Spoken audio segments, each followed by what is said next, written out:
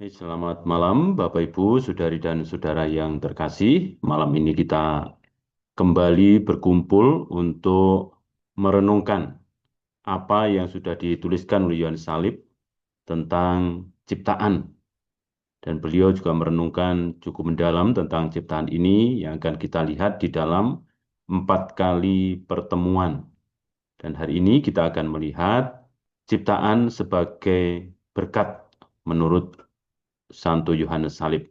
Dan sebelum kita melanjutkan kegiatan kita ini, mari terlebih dahulu kita berdoa dalam nama Bapa dan Putra dan Roh Kudus. Amin. Allah Bapa yang Maha Pengasih, Engkau masih mencintai kami dan masih senantiasa menopang kehidupan kami di tengah-tengah seluruh ciptaan.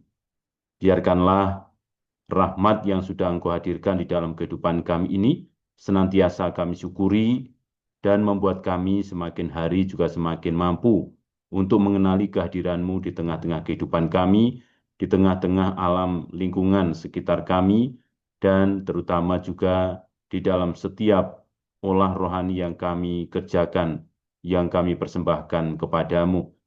Berkatilah pengajaran kami ini dan berkatilah waktu kami supaya sungguh-sungguh berkenan kepadamu dan membawa berkat bagi kami semua.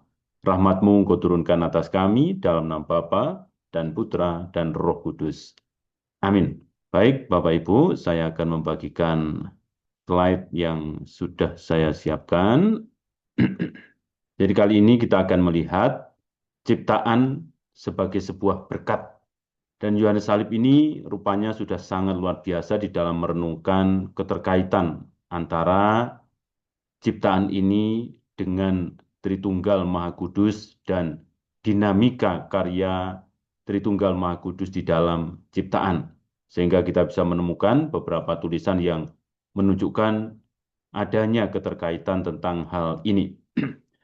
Bagian pertama dari ciptaan sebagai berkat ini kita lihat di dalam tulisan Yohanes Salib, yaitu tentang ciptaan dalam rencana Bapa dan Putra. Nah, ini dalam sebuah tulisan yang dia beri judul romansa. Romansa itu adalah satu puisi yang dituliskan Yohanes Salib yang dibagi menjadi 9 bagian. Lalu yang terakhir juga masih ada satu bagian yang ditambahkan sehingga menjadi 10 bagian puisi romansa ini. Ini bukan tulisan primer, tulisan yang besar, tetapi cukup bagi kita untuk memperlihatkan apa yang menjadi pandangan Yohanes Salib tentang Tritunggal Maha Kudus, ciptaan, kemudian misteri inkarnasi dan gerak penyelamatan dari Allah sendiri. Jadi semacam renungan tentang Tritunggal Maha Kudus yang ditulis di dalam bentuk puisi. Jadi puisi romansa ini ditengarai bersumber dari Injil Yohanes. Pada mulanya adalah firman. Karena dalam tulisan-tulisan kemudian menjabarkan apa yang kira-kira dinyatakan oleh Santo Yohanes ini di dalam menguraikan tentang firman yang menjadi manusia. Dan itu juga yang kemudian direnungkan oleh Yohanes Salib.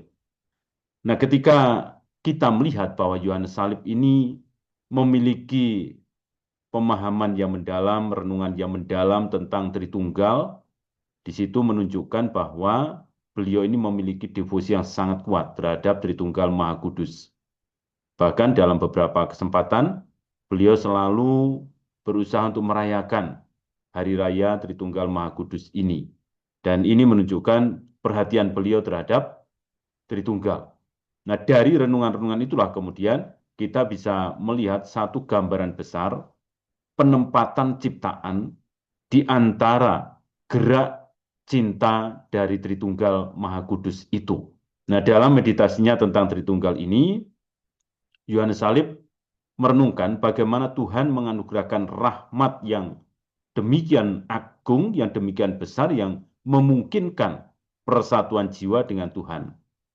Karena sebelumnya terdapat persatuan Allah dengan manusia dalam Kristus.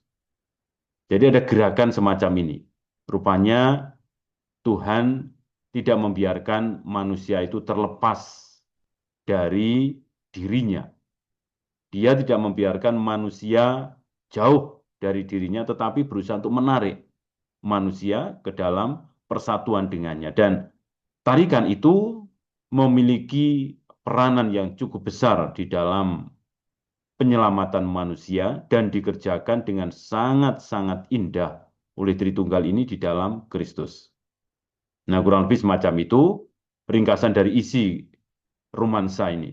Kemudian bagian-bagian dari romansa, bagian pertama dan kedua itu menunjukkan kisah tentang kehidupan Tritunggal dan predestinasi. Di situ ada kisah keberadaan kekal Sang Firman yang bersama dengan Allah. Di situ ada komunikasi ketiga pribadi Tritunggal. Satu sama lain saling mengkomunikasikan diri dan terutama yang diperlihatkan Yohanes Salib adalah komunikasi kasih di antara Tritunggal Maha Kudus itu. Kemudian bagian 3 dan keempat itu menceritakan tentang ciptaan sebagai rencana dan sekaligus perwujudannya.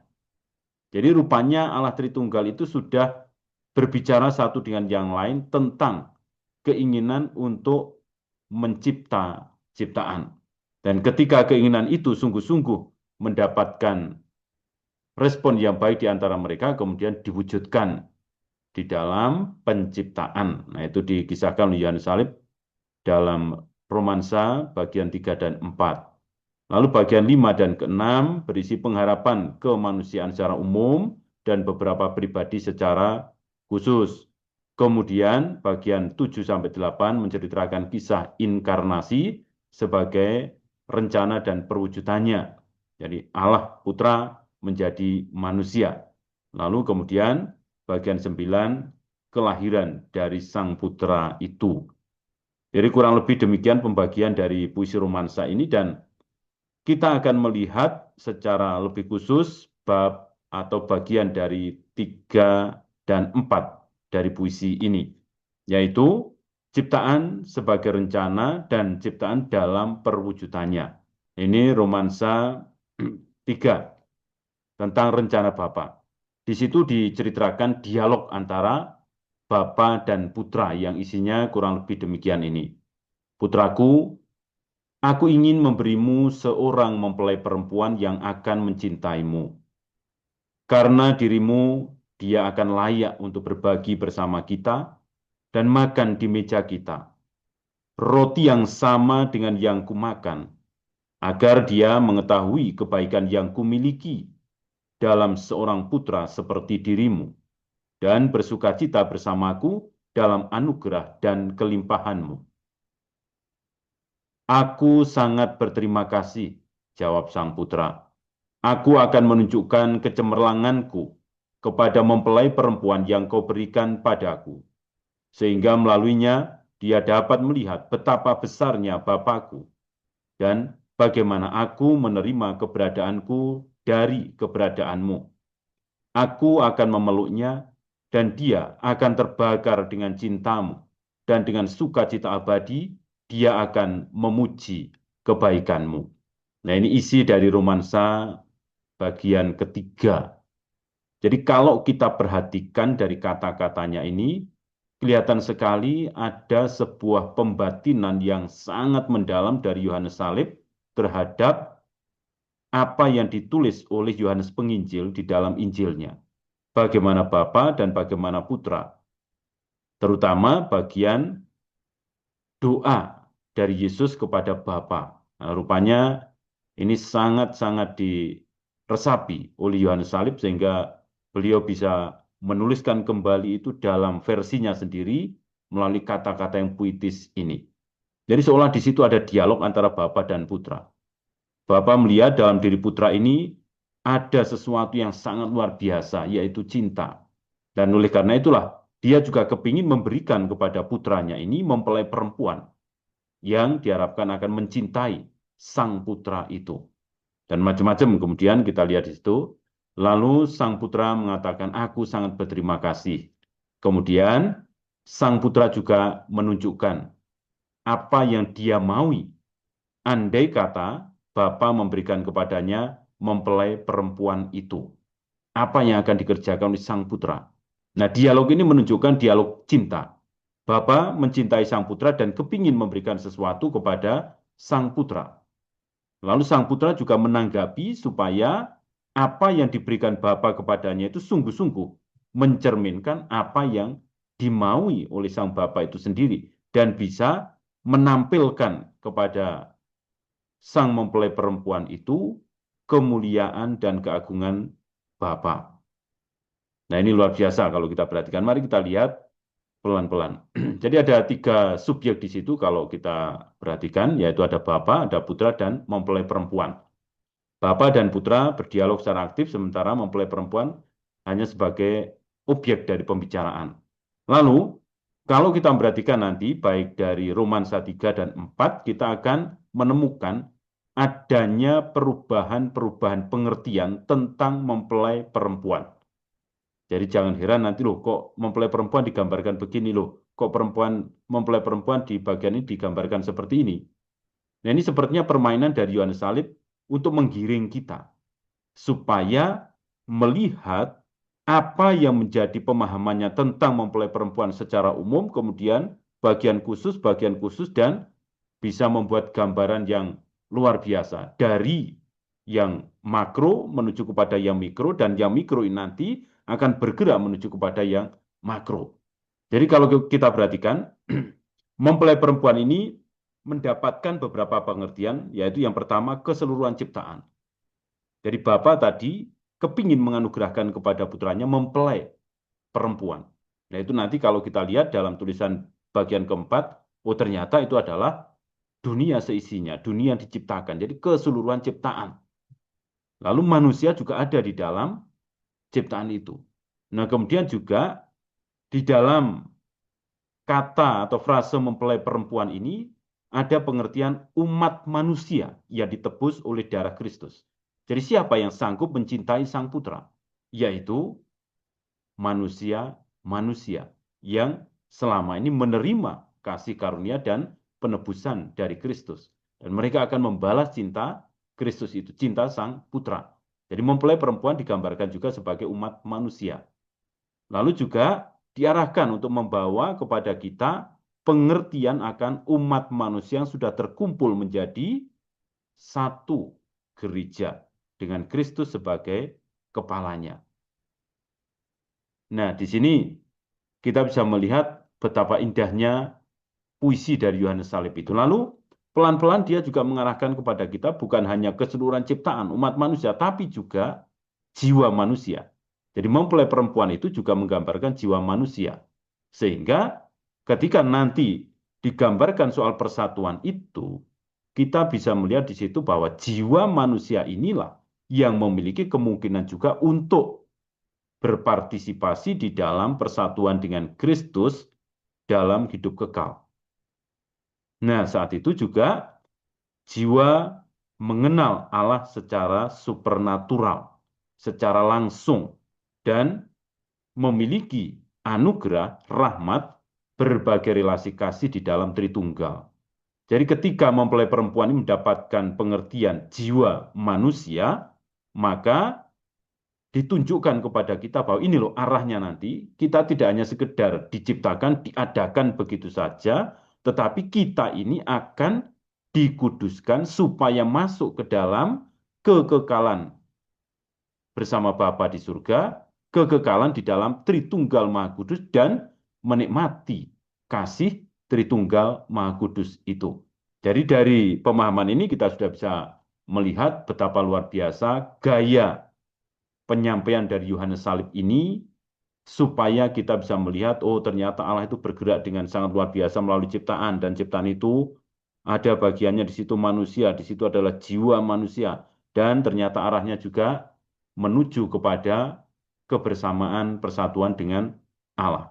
Nah, tadi kita sudah membaca apa yang dimaui oleh Bapa tentang ciptaan atau mempelai perempuan itu.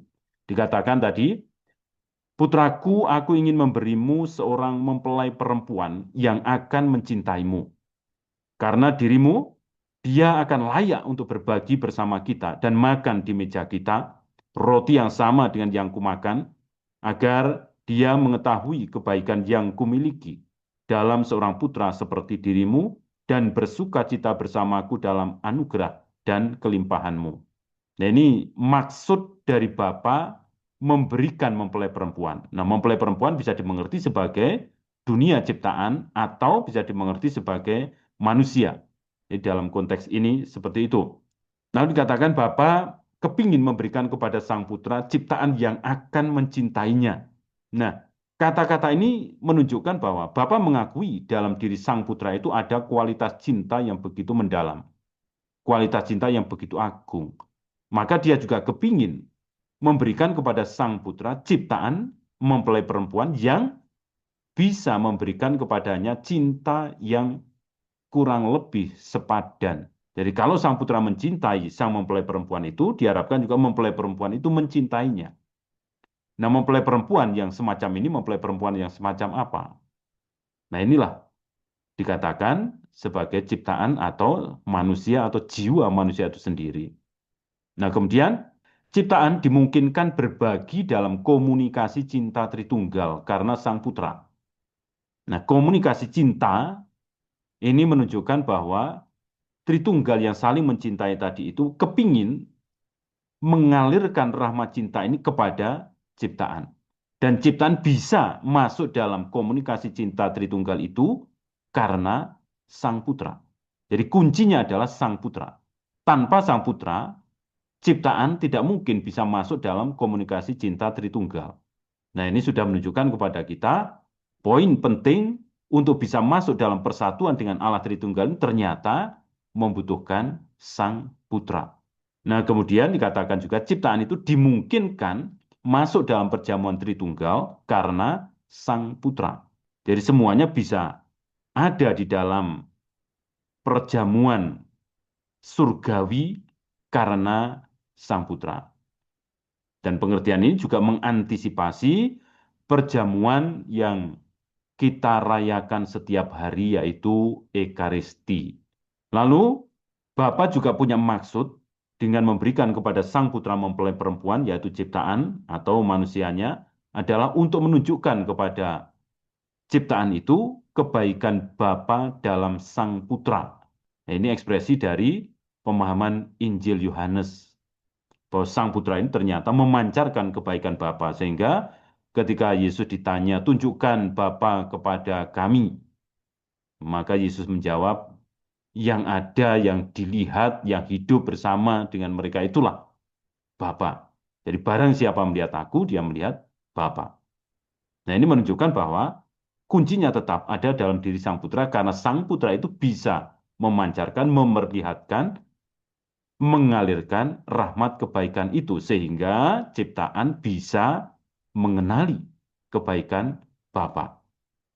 Nah, kemudian juga supaya ciptaan bersuka cita bersama Bapa dalam anugerah dan kelimpahannya. Nah, kalau kita memperhatikan kata-kata ini, tentunya kita menjadi semakin paham. Bapa membuat atau menciptakan ciptaan ini bukan mau mengasingkan ciptaan, bukan mau merusak ciptaan, bukan mau menghancurkan ciptaan, tetapi justru mau tetap merangkul ciptaan itu supaya ada bersama dengan dia dan memiliki sukacita dalam anugerah dan kelimpahan bersama Bapa. Jadi jelas sekali tujuan penciptaan bukan penghancuran, tetapi menarik semuanya untuk ada di dalam sukacita bersama Bapa ini. Nah, ini betapa luar biasanya ciptaan. Jadi kalau kita merenungkan ini, ciptaan ternyata ditempatkan di dalam pusaran cinta Tritunggal Maha Kudus. Ciptaan itu memiliki nilai dan berharga, ciptaan itu mau dikuduskan, ciptaan itu mau dimasukkan di dalam komunikasi cinta Tritunggal. Nah, ini ciptaan memiliki nilai yang luhur. Nah, di situ Yohanes Salib juga menunjukkan soal pengungkapan dinamika cinta yang murni dalam Tritunggal Maha Kudus dan sekaligus juga keinginan Tritunggal Kudus itu untuk mengalirkan cinta itu kepada ciptaan. melalui dan dalam Sang Putra. Ini misteri yang mau diungkapkan oleh Yohanes Salib. Ini loh yang sebetulnya terjadi dengan penciptaan itu. Bapa mencipta karena seperti ini. Karena ada cinta yang murni, dan cinta yang murni juga kepingin dialirkan kepada ciptaan. Supaya nanti ciptaan juga mengalami bagaimana cinta dari Tritunggal itu. Dan pengalaman-pengalaman itu bisa terjadi melalui dan dalam diri Sang Putra. Nah, ini tentunya Yohanes Salib kembali menggemakan pesan Injil Yohanes. Seperti dikatakan dalam Yohanes bab 1 ayat 3. Ya. Segala sesuatu dijadikan oleh Dia, dan tanpa Dia tidak ada sesuatu pun yang telah jadi dari segala yang telah dijadikan. Jadi kunci utama adalah Dia ini, Sang Putra. Jadi rupanya renungan Yohanes tentang Tritunggal Maha Kudus sangat luar biasa. Nah, di sini kita juga melihat logos atau firman atau Sang Putra itu menjadi prinsip vital dari kehidupan dan pergerakan seluruh ciptaan. Karena semua dijadikan di dalam Dia. Dan tanpa Dia tidak ada sesuatu pun yang telah jadi dari segala yang dijadikan. Logos menjadi perwujudan aktif dari pribadi pencipta yang terus bergerak untuk menopang, untuk merawat, untuk mendukung keindahan dari ciptaan itu sendiri. Maka kalau kita merenungkan kata-kata ekologi yang berasal dari oikos dan logos akan menjadi semakin menarik kalau dikaitkan dengan kata-kata ini. Oikos itu adalah ruang tinggal atau tempat tinggal. Logos, ya kita bisa mengerti apa yang dikatakan di sini. Logos adalah sang firman. Jadi kalau kita mau mengacu pada pengertian etimologis itu, kita bisa menemukan ekologi itu adalah ruang hidup dari sang logos ini. Sepertinya adalah ruang pergerakan, ruang ketika dia sungguh-sungguh mau bergerak, berkarya untuk merawat, menjaga segala apa yang ada di dalamnya. Karena segala sesuatu dijadikan oleh Dia, dan tanpa Dia tidak ada sesuatu pun yang telah jadi dari segala yang telah dijadikan. Jadi kalau kita melihat dari sudut pandang ini, pengertian ekologi menjadi sebuah pengertian yang sangat indah. Ada keilahian di dalamnya. Jadi bukan hanya sekedar, oh di sini ada ciptaan ini, oh di sini ada tanaman ini, di sini ada gunung, di sini ada laut, di sini ada manusia-manusia, di sini ada hewan-hewan, di sini ada bunga-bunga, bukan hanya sekedar itu, tetapi lebih luas dari itu. Karena di situ ternyata menampilkan pergerakan aktif dari pribadi pencipta ini. Jadi logos itu terus bergerak untuk merawat, untuk menopang, untuk menumbuh kembangkan seluruh ciptaan. Dan kalau kita melihat ini juga, kita bisa mengerti kenapa misalnya Bapak Paus mengatakan bahwa ekologi itu sebetulnya tidak terpisah-pisah satu dengan yang lain. Tetapi semuanya itu ada dalam satu kesatuan utuh yang memiliki unsur-unsur di dalamnya. Entah itu tanaman, tumbuhan, entah itu manusianya, entah itu yang bergerak di dalamnya untuk mengolah bagian per bagian. Semuanya memiliki keterkaitan, keterhubungan. Entah di dalam ciptaan itu sendiri maupun antara ciptaan dengan sang pencipta dan terutama dengan logos itu sendiri. Nah, disinilah kita juga bisa melihat bahwa Yohanes Salib juga menangkap pewahyuan itu yang ditulis oleh Injil Yohanes ini. Ternyata ini yang dimaksudkan oleh Sang Bapa ketika menciptakan ciptaan di dalam Sang Putra. Lalu tanggapan Sang Putra setelah Bapa tadi memiliki rencana seperti itu, apa yang dikatakan oleh Sang Putra? Sang Putra mengatakan ini, aku sangat berterima kasih. Aku akan menunjukkan kecemerlanganku kepada mempelai perempuan yang kau berikan kepada aku, sehingga melaluinya dia dapat melihat betapa besarnya Bapakku dan bagaimana aku menerima keberadaanku dari keberadaanmu. Aku akan memeluknya dan dia akan terbakar dengan cintamu, dan dengan sukacita abadi dia akan memuji kebaikanmu. Ini tanggapan dari sang putra. Jadi dia rupanya menerima rencana dari Bapa untuk menciptakan mempelai perempuan. Lalu penerimaan itu dilanjutkan dengan dukungannya untuk menghormati sang Bapa. Dengan apa? Dia berjanji untuk menunjukkan kecemerlangannya kepada mempelai perempuan atau kepada ciptaan itu. Dengan harapan melalui kecemerlangan itu, mempelai perempuan atau ciptaan bisa melihat keagungan Bapa dan mengenali bagaimana sang putra menerima keberadaannya dari keberadaan Bapa.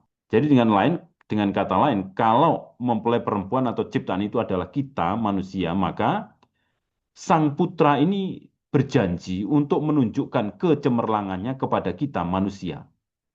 Supaya melalui kecemerlangannya, melalui kemuliaannya, melalui keluhurannya, kita bisa melihat bagaimana keagungan Bapa dan bisa mengenali bagaimana sang putra menerima keberadaannya itu dari keberadaan sang Bapa sendiri.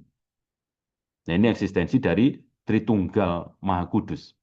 Nah, tentu ini tidak bisa langsung kita kenali, tetapi melalui pencerahan dari Tuhan sendiri secara langsung. Dan ini yang mendasari kemudian nanti Yohanes Salib menunjukkan kepada kita jalan-jalan hidup rohani sampai kepada kontemplasi yang dicurahkan. Nah, pada saat itulah kita bisa menerima secara langsung pewahyuan dari Tuhan yang membawa pengenalan mendalam tentang siapa Bapa, Putra, dan Roh Kudus.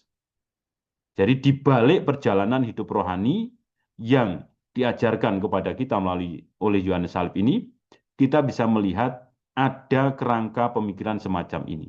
Jadi ada pemahaman tentang ciptaan yang semacam ini dan dinamika Tritunggal di dalam penciptaan itu. Kemudian dia juga mengatakan hendak memeluk ciptaan supaya terbakar cinta sang Bapa. Nah, dia mengatakan, aku akan memeluknya, dan dia akan terbakar dengan cintamu. Nah, ini gerakan dari sang putra untuk memeluk mempelai perempuan, atau memeluk ciptaan, atau memeluk kita semuanya. Supaya kita semua ketika dimasukkan di dalam pelukan sang putra itu, bisa berkobar-kobar, mengalami cintanya, dan akhirnya mengalami cinta sang Bapa sendiri. Ini yang diharapkan oleh sang putra. Ketika dia menunjukkan kecemerlangannya, kemuliaannya, lalu memeluk manusia, memeluk ciptaan, memeluk mempelai perempuan, maka ini akan terbakar oleh cinta Bapa. Nah, setelah berada di dalam pelukannya, terbakar oleh cinta Bapa, apa yang diharapkan lagi? Yaitu supaya selalu bersuka cita untuk memuji kebaikan Bapa. Dan ini persis nanti kalau kita lihat dari tulisan-tulisan Yohanes Salib, pujian yang abadi ini muncul dalam pribadi-pribadi yang sudah masuk di dalam pengalaman akan Allah, persatuan dengan Allah. Mereka akan menjadi pribadi yang baru dan selalu melihat di dalam seluruh ciptaan di sekitarnya itu ada hal-hal yang menjadi pemicu untuk bersuka cita, memuji, dan meluhurkan Bapa. Nah, ini adalah bagian dari anugerah yang diberikan kepada kita semua yang mau percaya kepadanya dan mengikuti olah rohani, mengikuti jalan dan tuntunan yang diberikan oleh Allah kepada kita. Dan Yohanes Salib menangkap dengan sangat jeli adanya proses itu. Nah, kemudian dia juga akan membanjiri mempelai perempuan atau ciptaan atau kita ini dengan keindahan dan rahmat dalam kehidupan Tritunggal. Nah, ini gambaran dari orang yang sudah masuk dalam persatuan dengan Allah. Nah, ini kemudian ya disebutkan sebagai antisipasi dari partisipasi dalam kehidupan kekal ketika jiwa individu mengenal Tuhan dalam arti supernatural. Bukan mengenal Tuhan yang seperti pengenalan biasa, natural, tetapi yang supernatural karena berasal dari pewahyuan langsung dari Tuhan dan berbagi kasih yang menghubungkan Bapa, Putra dalam Roh Kudus. Ini yang direnungkan oleh Yohanes Salib dan yang mau dibagikan, dialirkan kepada mereka semua yang mau masuk ke dalam pelukan Sang Putra ini.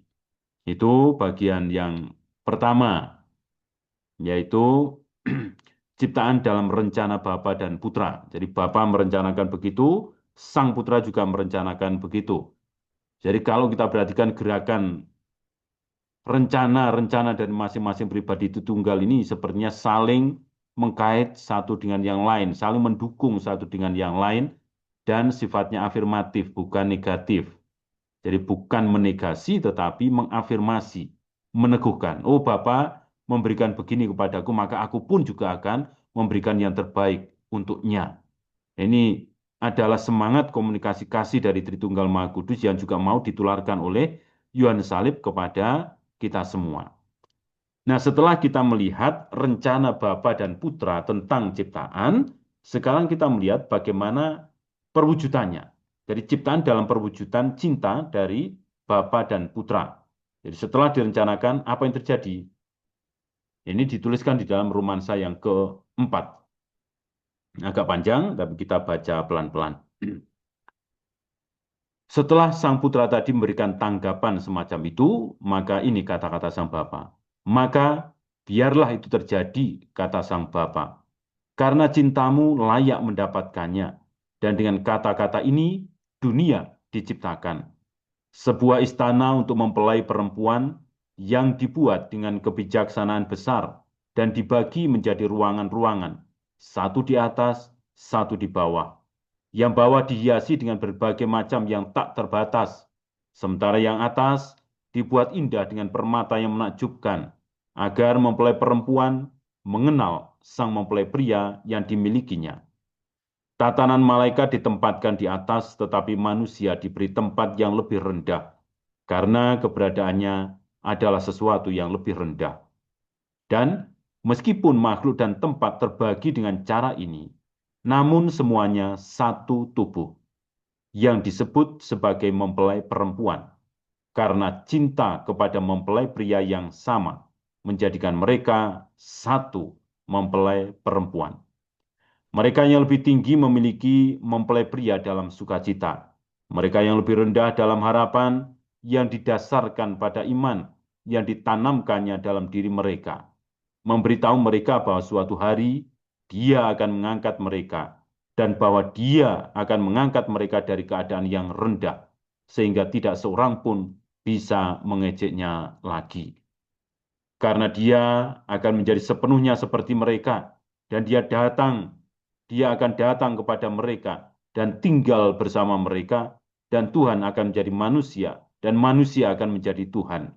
Dan dia akan berjalan bersama mereka, serta makan dan minum bersama mereka, dan dia sendiri akan terus-menerus bersama mereka hingga penyempurnaan dunia ini.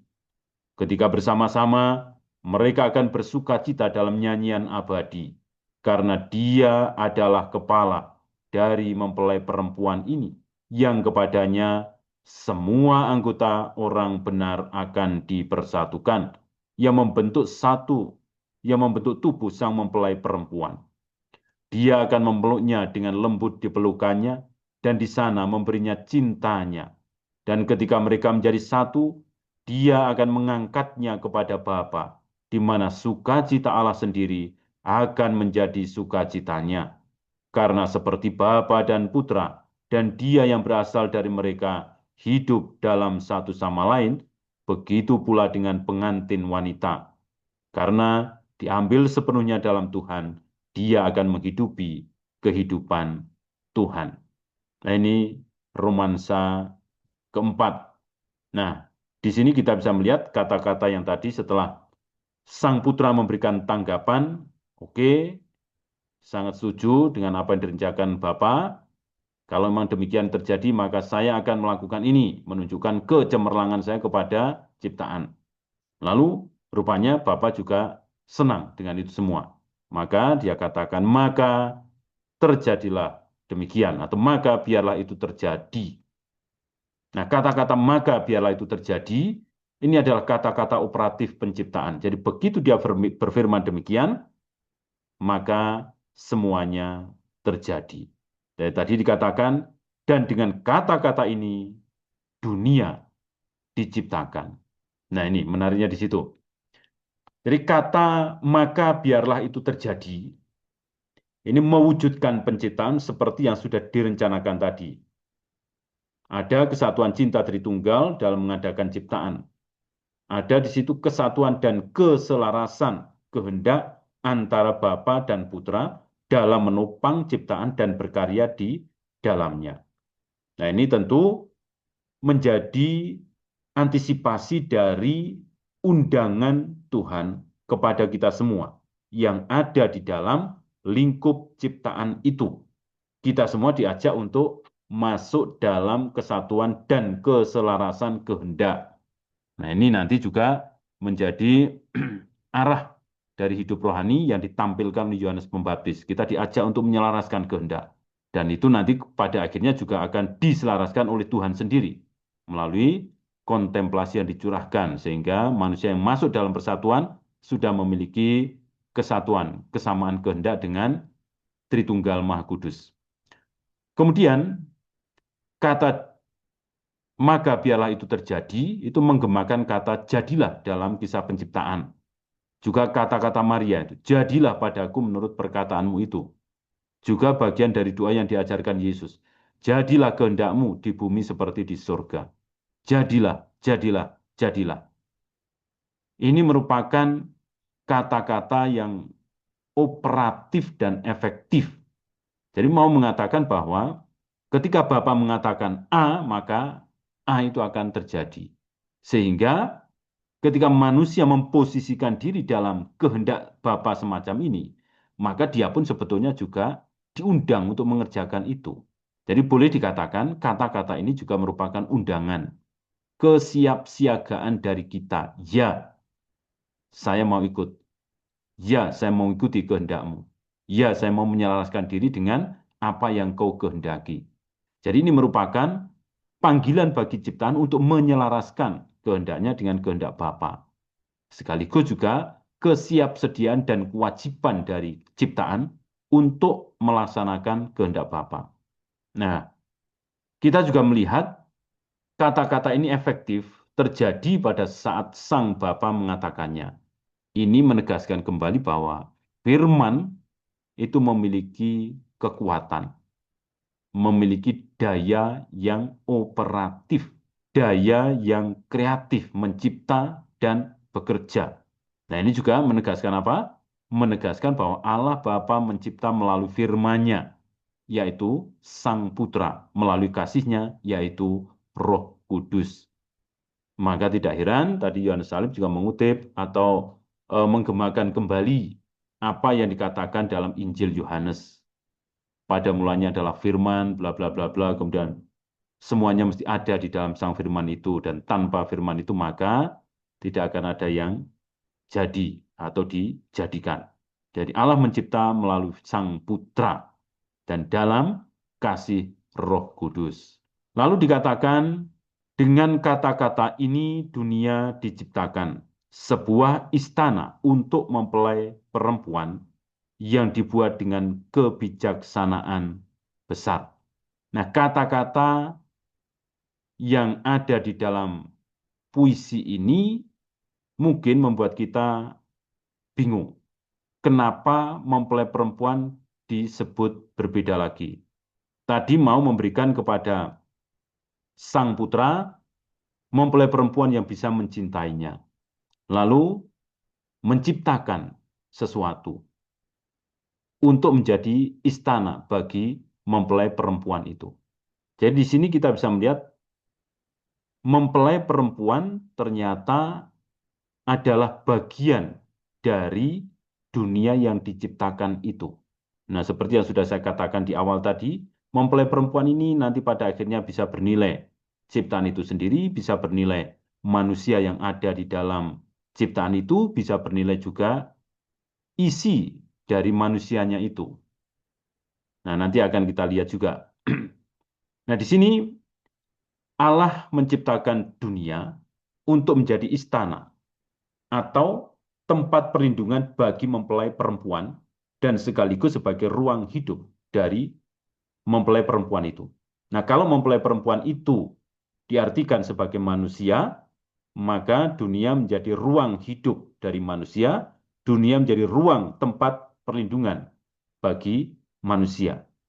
Nah, kalau dunia ini menjadi ruang hidup dan tempat perlindungan, nah tentunya sudah memiliki kualitas tertentu dari Sang Pencipta itu untuk memfungsikan dirinya sebagai tempat perlindungan dan ruang hidup untuk manusia. Nah, ini menggemakan kisah penciptaan Taman Eden. Jadi setelah semuanya diciptakan, kemudian Allah menciptakan Taman Eden dan di situ manusia ditempatkan. Jadi kelihatan sekali Tuhan ini sangat luar biasa. Dia sudah menciptakan semua yang hendak digunakan oleh manusia sebagai ruang hidup, ruang berkegiatan. Dan semuanya itu menjadi tempat perlindungan bagi manusia. Nah, ini mendasari upaya kita saat ini untuk terus-menerus menjaga dan merawat dunia kita ini. Seperti yang dikatakan oleh Paus Fransiskus, dunia sebagai ruang hidup kita bersama.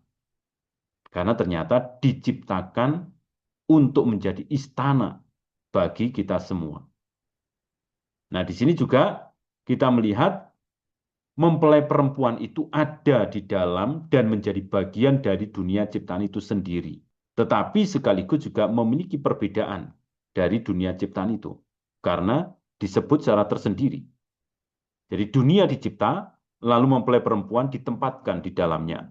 Dunia ciptaan menjadi istana baginya. Nah, ini ada visi tentang keutuhan ciptaan. Jadi sebetulnya manusia itu ada di dalam ciptaan itu bukan terpisah dari ciptaan. Bukan terpisah dari dunia. Dan dunia ini menjadi ruang hidup dari manusia itu.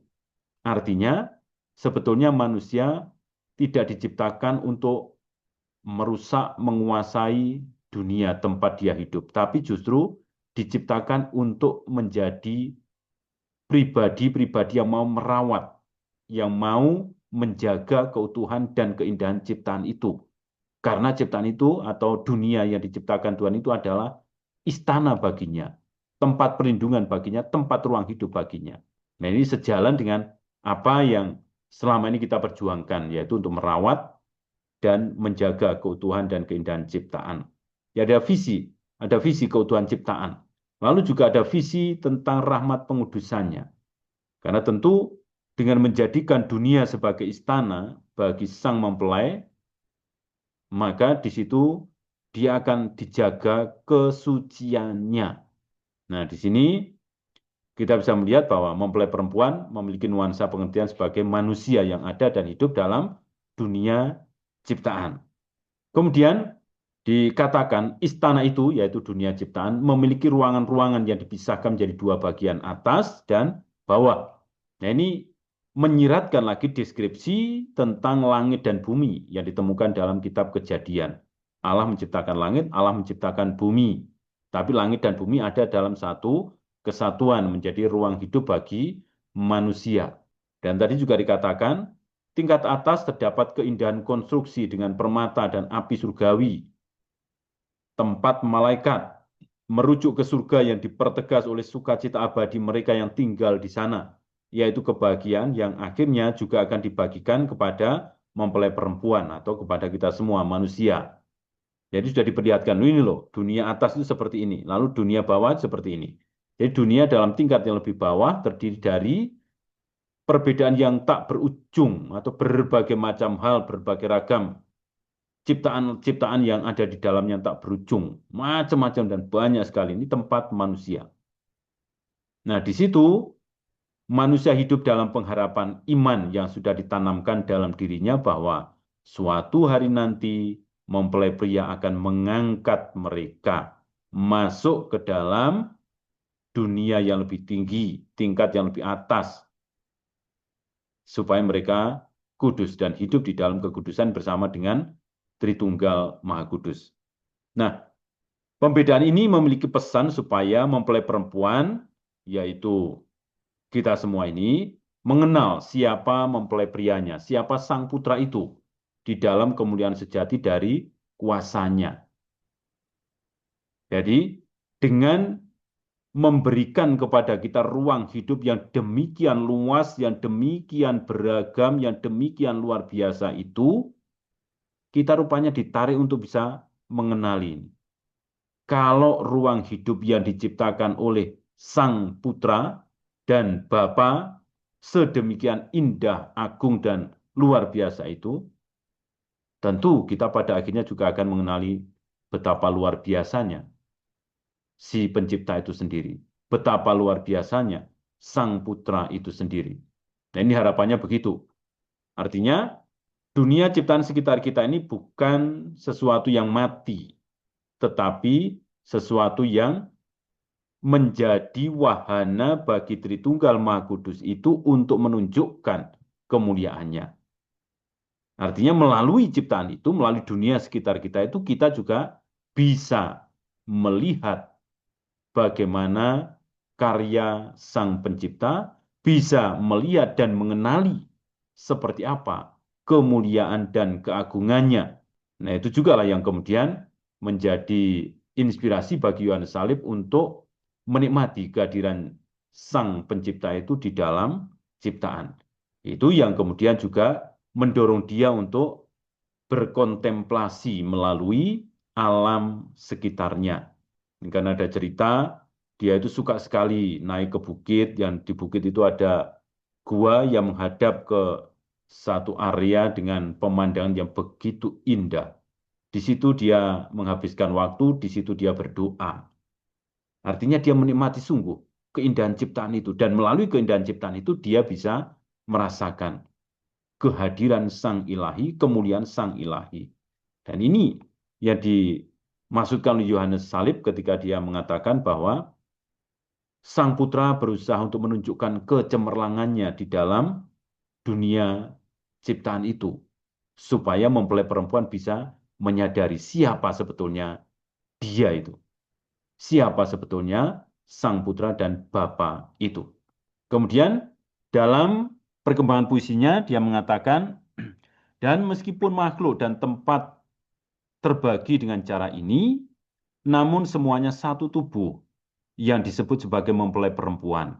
Karena cinta kepada mempelai pria yang sama menjadikan mereka satu mempelai perempuan.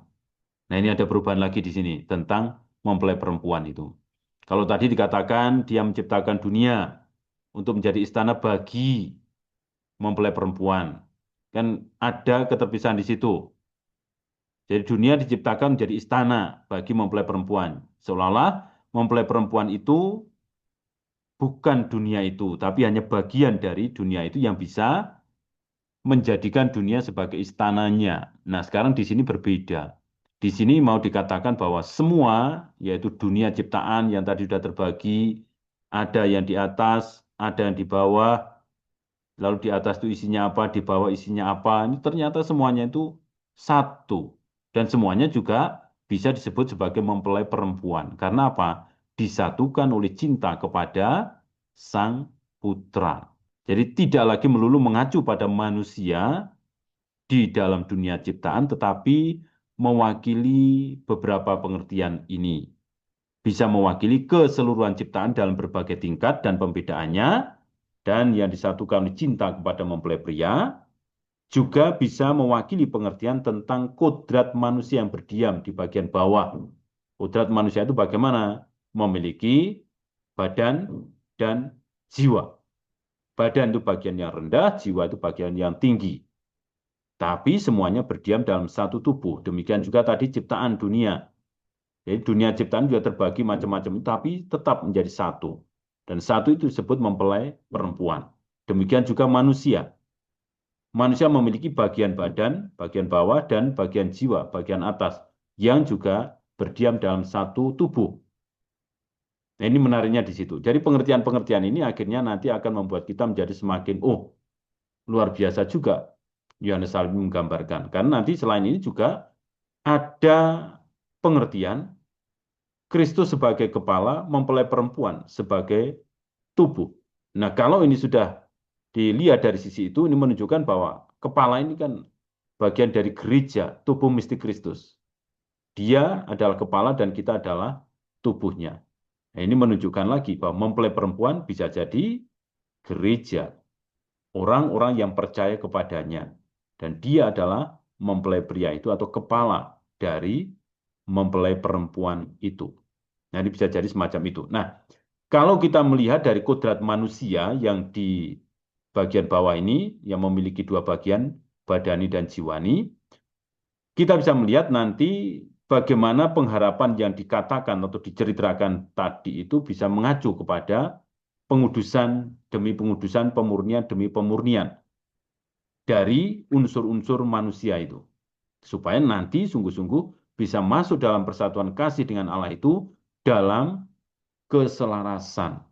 Nah, di sini yang perlu kita perhatikan bahwa Yohanes Salib menunjukkan mempelai perempuan itu memiliki nilai ini. Jadi bisa dimengerti sebagai keseluruhan ciptaan, bisa dimengerti sebagai manusia, bisa dimengerti sebagai gereja, kumpulan orang-orang yang percaya kepada Kristus, juga bisa dimengerti sebagai manusia dalam arti satu individu memiliki badan dan jiwa.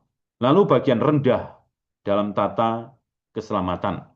Tadi dikatakan oleh Yohanes Salib bahwa meskipun ada bagian yang rendah, tapi ya mereka tidak perlu minder karena bagian yang rendah itu ternyata juga mendapatkan rencana tersendiri dari Allah, mau diapakan oleh Allah. Jadi unsur atau bagian yang lebih rendah yaitu bumi dalam konteks ciptaan langit dan bumi, atau bagian yang rendah itu manusia dalam konteks malaikat dan manusia, atau yang lebih rendah itu dalam unsur atau unsur badani dalam konteks jiwa dan badan, itu memang ditempatkan dalam posisi yang demikian itu. Jadi nggak perlu minder, nggak perlu bingung, nggak perlu resah. Karena ini pun juga punya jalannya sendiri untuk sampai kepada Tuhan. Nah, kenapa ditempatkan di posisi yang memang demikian? Jadi dikatakan tadi bahwa manusia diberi tempat yang lebih rendah karena keberadaannya adalah sesuatu yang lebih rendah. Nah, itu pertama jelas itu ya, bahwa memang demikian. Kemudian juga ada beberapa hal yang disampaikan. Kenapa seperti itu? Yaitu supaya memiliki sang putra dalam pengharapan yang didasarkan pada iman akan pengangkatan atau pengudusan oleh sang putra. Jadi katakan mereka yang lebih rendah hidup di dalam pengharapan yang didasarkan pada iman yang ditanamkan sang putra dalam diri mereka. Dan memberitahu bahwa suatu hari dia akan mengangkat mereka. Dan bahwa dia akan mengangkat mereka dari keadaan mereka yang rendah. Sehingga tidak seorang pun bisa mengejeknya lagi. Jadi ada deskripsi semacam itu. Jadi yang bagian atas itu dikatakan memiliki mempelai pria dalam sukacita. Yang bagian bawah memiliki sang putra dalam pengharapan. Pengharapan yang didasarkan kepada iman ini bahwa suatu saat nanti sang putra akan menguduskan. Lalu kenapa ditempatkan di posisi yang rendah itu juga menjadi antisipasi dalam misteri inkarnasi, menjadi wahana inkarnasi. Allah akan menjadi manusia. Lalu tinggal hidup, bergerak, makan, minum bersama dengan sang mempelai itu, manusia. Dan dalam keseluruhan dunia ciptaan. Dikatakan tadi, karena dia akan menjadi sepenuhnya seperti mereka. Dan dia akan datang kepada mereka dan tinggal bersama mereka. Tuhan akan menjadi manusia dan manusia menjadi Tuhan. Di situ ada pemahaman tentang Tuhan yang bersatu dengan manusia dan memungkinkan manusia bersatu dengan Tuhan hingga kesempurnaan dunia. Jadi Tuhan, Sang Putra ini turun ke dunia, tinggal bersama di dalam dunia dengan seluruh ciptaan, lalu nanti akan terus bekerja di situ sampai pada kesempurnaan dunia. Nah, sekali lagi ini menegaskan istilah oikos dan logos tadi itu, wilayah ruang hidup dari sang logos ini. Artinya ciptaan juga tidak ditinggalkan oleh Allah, tetapi selalu diperhatikan, didampingi, disertai, dijaga, supaya tetap dalam keadaan yang baik dan pelan-pelan ditransformasi menuju kepada kesempurnaannya. Kemudian juga ditempatkan dalam posisi yang rendah itu supaya nanti juga menerima anugerah kesatuan. Jadi semakin menjadi indah rencana keselamatan itu. Ada kesatuan antara Tuhan dan gereja, ada kesatuan antara Tuhan dan manusia, yang semuanya akan diangkat di dalam kemuliaannya. Lalu juga kalau diperkecil lagi dalam pribadi manusia, individu, juga akan ada kesatuan antara unsur manusia bagian bawah, indrawi atau badani, dengan unsur manusia yang ada dalam bagian atas, jiwani atau rohani. Ini nanti dipersatukan dan dalam persatuan itu mereka menjadi selaras, tunduk dengan satu kesatuan kehendak yang sama dengan Allah. Nah, saat itu kemudian manusia juga dimuliakan, disempurnakan. Jadi ada anugerah seperti itu yang terjadi. Maka tidak perlu minder dengan posisi yang rendah itu, tetapi tetap diharapkan memiliki pengharapan iman yang terus-menerus bertumbuh karena Sang Putra. Sampai pada akhirnya nanti mendapatkan pemenuhannya dengan menerima rahmat sukacita surgawi bersama Sang Putra.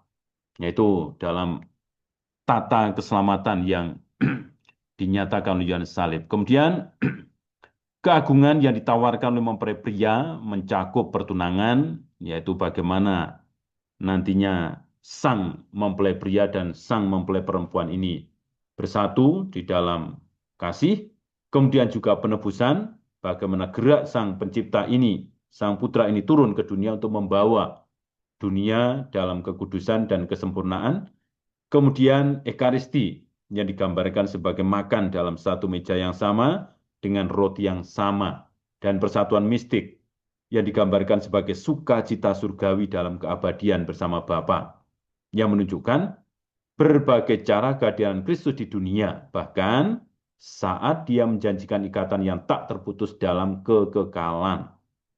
Nah, ini artinya bahwa mempelai pria, yaitu Sang Kristus sendiri, selalu bekerja di dalam kehidupan manusia, mendampingi terus-menerus sampai pada kesempurnaannya.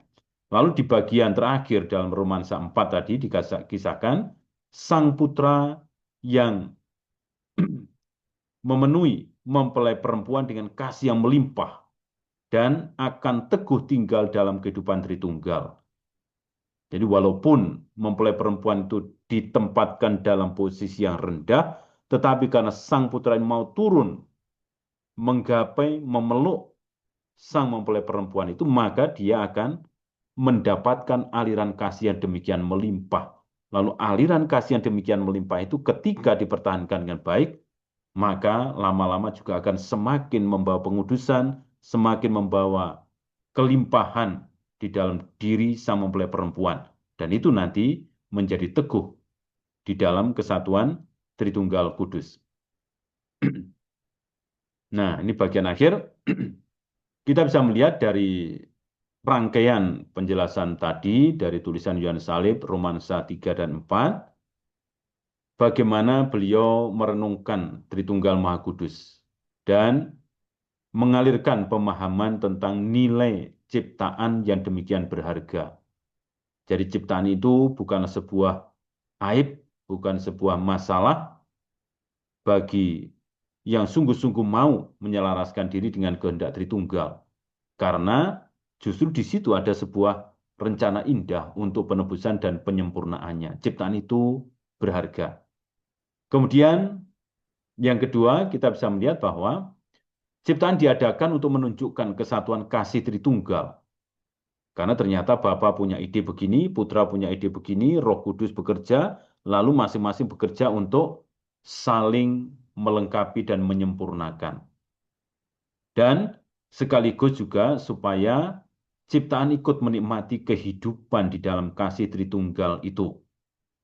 Jadi rupanya Tritunggal tidak mau hanya mereka sendiri yang menikmati kasih itu, tapi mau memperluas cakupan sehingga ciptaan yang diciptakan itu diangkat, dikuduskan, lalu dimasukkan di dalam kehidupan kasih Tritunggal. Lalu yang ketiga, ciptaan memiliki bagian yang tinggi dan rendah, tetapi semuanya ada dalam satu kesatuan.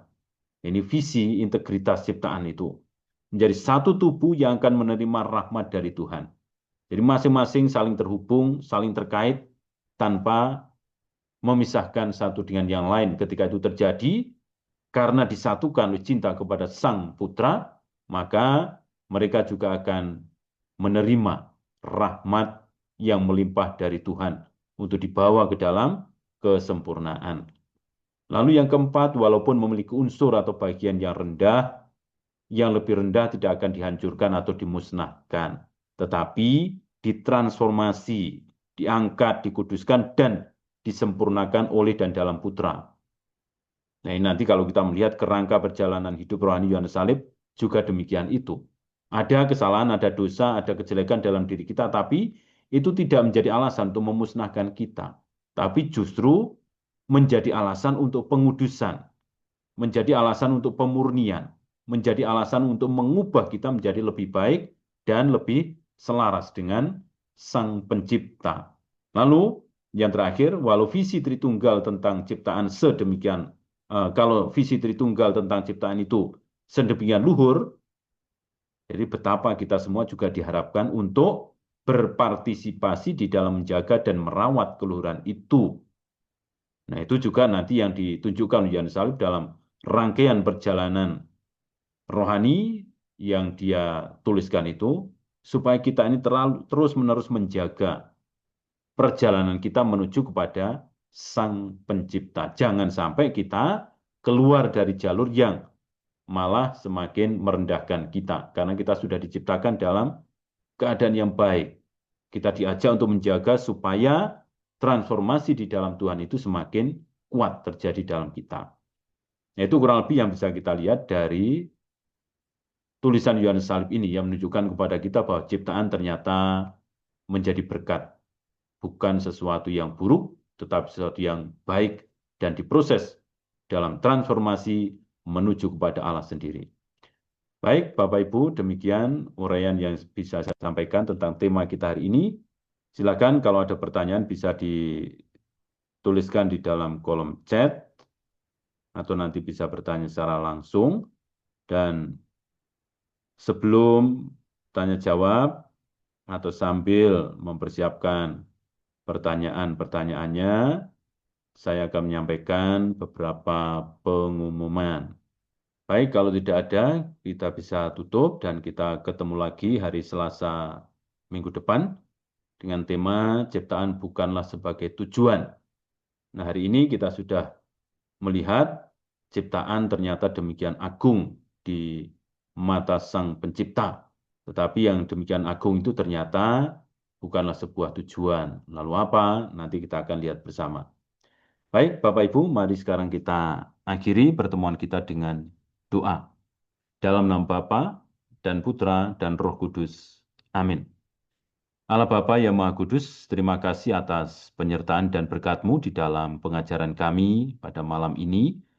Biarkanlah apa yang sudah kami renungkan bersama dari apa yang disampaikan dan direnungkan oleh Yohanes Salib ini juga bisa menguatkan kami untuk merenungkan ciptaan-Mu, baik alam sekitar kami maupun diri kami sendiri dan sesama di sekitar kami. Supaya dengan demikian kami juga semakin mengenali keagungan-Mu di dalam menciptakan ciptaan ini dan kehadiran-Mu yang demikian luar biasa di dalamnya untuk terus merawat, menjaga, dan menopang ciptaan-Mu. Dan biarkanlah dengan demikian kami pun juga semakin hormat terhadap seluruh ciptaan-Mu dan semakin memuliakan Dikau Sang Pencipta kami. Berkatilah istirahat kami malam ini dan sertailah kami selalu di dalam perjuangan hidup kami, dalam nama Bapa dan Putra dan Roh Kudus. Amin.